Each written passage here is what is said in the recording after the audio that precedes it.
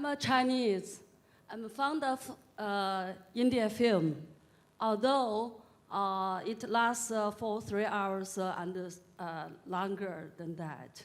Although I don't understand Hindi, but I'm impressed by some films, especially directed by Mr. Karan.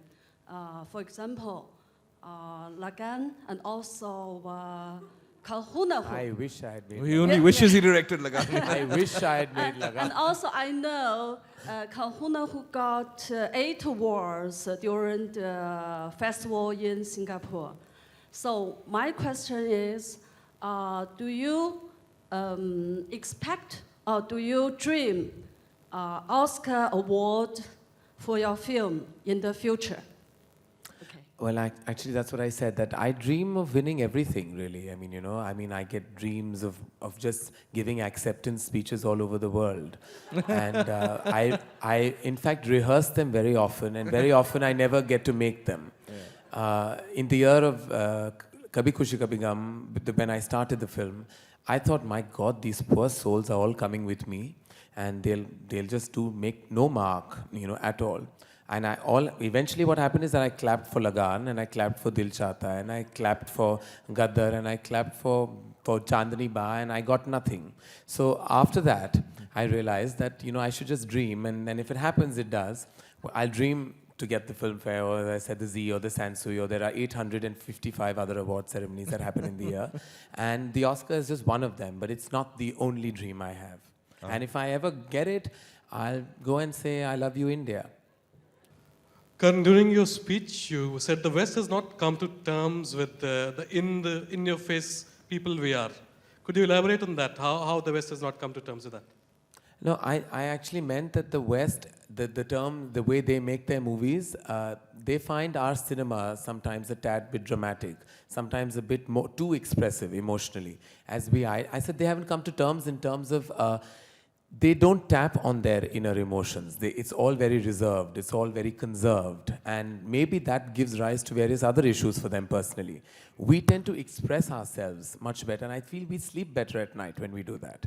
And I think we don't need to go to psychics or there. I think the job of a psychic or a clairvoyant or of a psychoanalyst is really, really much more lucrative than it is back home, because we have our family, parents, and friends that we speak to. And in fact, they may be posing as professionals without really realizing it. Whereas in the West, what happens is that they tend to need to speak to strangers to express themselves, which we don't need to do as Indians. I think in our culture or upbringing, we've been taught that if you have a problem, you express it. And you express it really loud and clear so the whole neighborhood can hear you. So I think that's what really happens. When I mean the West is a little more inexpressive emotionally, I mean they don't really go and pour their hearts out. And that reflects on their celluloid. Whereas if you see our movies, I don't need to tell you about what happens there. This question is for Karan. We love all the movies, undoubtedly, and I won't be the exception, of course. Question is, do you experiment as much as you like to? No. Why? I don't think I'm capable. Explain that.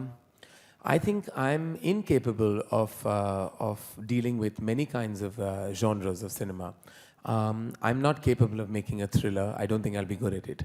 I don't think I'm capable of making something very sci-fi or something like a horror-based film or a fantasy film. I don't think I'm good at any of those things. I'm good at people. I'm good at emotions. I understand those. And I invariably land up making human dramas because that's what I understand most. And I believe as a filmmaker, you should not make a film for the sake of being different. If 4 critics and 5 cynics think that I make the same film, and I have in the last 8 years, I agree with them. I've done nothing different. Even Shah Rukh hasn't changed. Probably the location has at times, and maybe the title song, but everything else remains the same. And I'm proud of it. I'm proud of what I do, and I love what I do. Again, this is a question for Karan. I just wanted to know what is this obsession about the word K? Can I be technical with you? Yeah, Because there's a technical reason. I'm from the Mithun Rashi, And I've been told by a Pandit many years ago that the alphabet K is very prabhavit when he said, for me. And when he said that, I said, no harm in titling my films with K, but I'm running out now because between me, Rakesh Roshan, we only do K titles, and Ekta Kapoor, I think between the three of us, we're really running out of K titles. So I plead and beseech everyone if they have thoughts on K titles to let me know, because we have a whole department open for suggestions with K titles. I would really like to know your opinion as to whether you consider the Oscars as the ultimate recognition for any filmmaker. Would you be the happiest person on earth just having an Oscar in your hand, or are you happiest right now? Can I ask you a question? Sure, Would go you ahead. be extremely happy if an Indian film won an Oscar? I wouldn't say yes, because I think a lot of Hindi films out there, like Hazaro Khwaishein Aisi Hai, and even like you mentioned, Lagan, they were excellent films. But then again, like you said, they are not very acquainted with our sensibilities. So it's not like an Oscar for me as an Indian is the ultimate. I would like your opinion on it. Well, I agree with you. It's not the ultimate, and it should not be the ultimate. But for some reason, it keeps being brought up, like it has on today, at least on 3 occasions. So I think for some reason, we keep saying it's not the ultimate, and we keep bringing it up. It's just a ceremony that happens really far away. But, And I think, mean- I think that's how we should deal with it. Watch it on television and really watch. Some of the clothes are fantastic. Because we are always imbibing the West. Everything they do is the ultimate. Why don't we give more credibility to our filmmakers? We should, and we are our actually. talent? We are. In fact, there's tremendous regard for our work in our nation and within our communities, and I think that will remain. And I do not think the Oscar is the final authority of our cinema or of our movies. And if it becomes the final authority, then it's really sad, because I think we have so much Thank you. more to offer. Yeah, okay. So, Thank you, while we are- ma'am. That's fine. We'll give it. Which is so serious question. We've talked so much about the Oscars. Have you actually rehearsed an acceptance speech? Should you win one? I've rehearsed, as I said, I have one standard. No, for the Oscar. What is the standard speech? The standard is, I don't know. Well, I made it in the first year. I won it for the Filmfare, where I thanked them, and I thanked my mother, and I thanked the 4 pillars of support, that were Shah Rukh and the Chopra family and my own. And then I said that how it was a childhood dream to make this speech, and I've said all that. And I've thanked everybody in that first I was about to speech. say, but you've won so many awards. Haven't you run out of speeches? No, I never do. I never run out of speeches. All right. Okay. I always have something new to say. Okay, my name's Akshay. I've lived most of my life living in London, America, and now I've moved to India. And what I've noticed is about culture, a bit what Saira was talking about, is that it's nothing to do with what we bring in what country we're from. It's to do with like infrastructure, commercial saturation. It's to do, like, you're saying people are more melodramatic. In India, they have more commercial freedom to be melodramatic. You know, it's not as much of a stigma on being melodramatic. If you give an American girl, my ex-girlfriend, the chance to be melodramatic, they will. They'll go crazy. And my question to you is, how can pop culture, how can like the media and this whole side of the world influence the influencing structures that are creating culture, which are creating segregation and things like that? What part do they play? Right. You can take that one. As in, sorry, I'm a bit lost. Yeah, Sorry, could you rephrase that, please?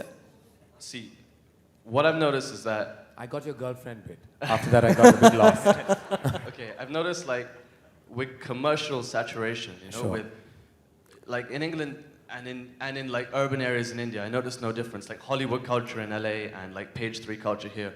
What people talk about, how segregated people are, their issues in life, they're not that different. People are generally the same everywhere. I've Yeah. noticed. It's about a world culture, people realizing they're human beings and not like I'm in this category or that category, and you know, actual segregation.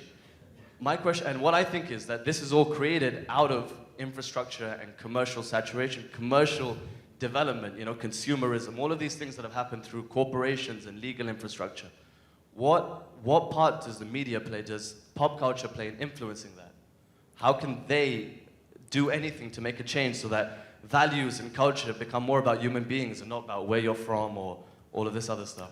I think more than the media, as I said earlier, I mean, because I'm from the profession, I think cinema plays a very important part in expressing what with the kind of people we are and the way we operate and within the framework of our society. I think more than the media, I mean, they would write, you could write columns, you could write details, but I think our cinema does a great job of that. And I think that's slowly penetrating into as I said, we've connected with Europe in a big way, with our films releasing theatrically in France, in Poland, in Germany, and and arriving on global platforms in that way.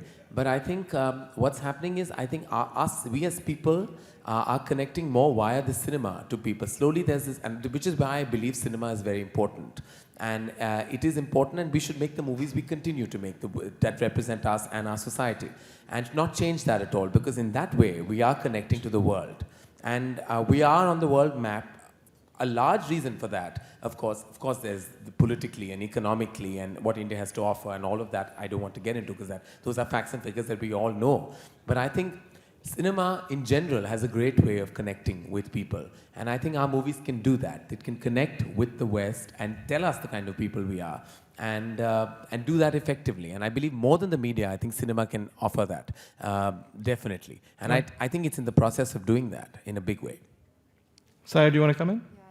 I'd like to comment on that question as well. I think sex and emotions are universal. That is for sure.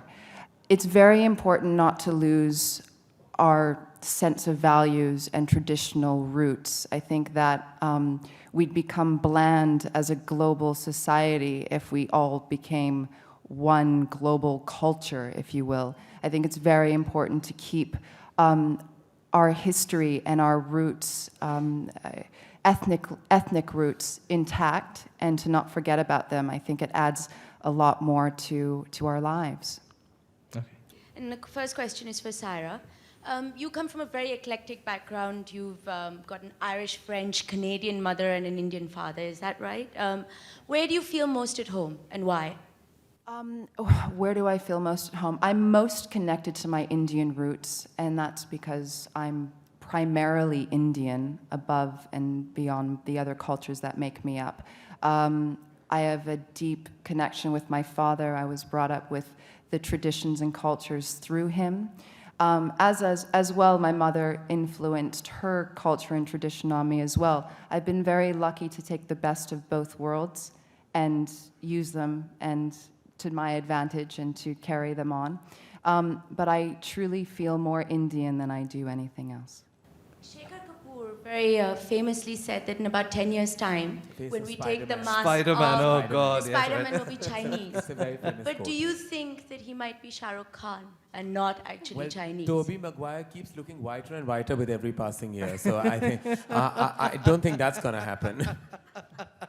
I don't think that's, much as I'd love for that to happen, it hasn't been happening. So, but, I don't think so. If you ask me very honestly, there's been a lot of opportunity for our actors to get work in the West. But if you notice in the recent past, have you seen anything hugely mainstream with an Indian actor or an Asian actor in it? You'll never find it. I was in Canada, and Aishwarya Rai was in all the hoardings everywhere. No, but I think she's beautiful and the most beautiful woman in the world. But is she in a huge mainstream movie? Is there a movie announced, released? It's not yet happened. There's a lot of talk, there's a lot of speculation, but nothing eventually does happen for our actors. So, as they all say, that they rather rule in hell than serve in heaven, if that's what you call Hollywood. But would you use an Hollywood actor in your If the films? subject demanded it, if I can't just call her to sing a song to her mother, she might look a bit strange doing it, or he might look a bit strange doing it. But if there was, like there was in Rang De Basanti or Lagan, which dealt with, there was a British actor required because she was from London, and the screenplay dictated that, then definitely I would work with a European actor or an English actor or an American actor if need be, but not for any other reason. Like for example, in Alvida Na Kehna, there's a track where, I don't want to reveal too much, but Saira is playing exactly the kind of person she is. She's a blend of various cultures, and that's how that was a requirement of the narrative. So I cast Saira for that. So similarly, if there is any other kind of, but I can't expect a foreign actor to, I don't think they'd be able to sing a song and lip sync it effectively. Might not happen. It's very appropriate that the conclave ends on this very high note of love and imagination and fantasy forever. chaired by no less than Veer Forever. Now, today is the wedding anniversary of Romeo and Juliet, 1312. So we are celebrating love. So the question, Veer, is to Saira and to Karan, and perhaps you too, because you always do and must have the last word. If Romeo and his Juliet walked into this hall this evening, what are the first words each one of you would say to both of them? All right, let's start with Saira. Hallelujah. It wouldn't be hallelujah, certainly. If If Romeo and Juliet were to walk into the hall, what's the first thing you would say to each of them? Well, I would say I commend you both on inventing love and the meaning of it. Excuse me? Would you like to answer the question? I absolutely, please. Yeah.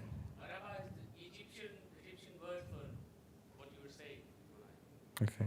All right. Well, thank you. That's what I would say. All right. Would you ask them to sing a song You know, and be Indian? I would say thank you for providing so much film fodder for centuries. All right. I mean, it's the first love story, I think, of the world, and we are still living off it. So thank you, Romeo, right. and thank you, Great. Juliet.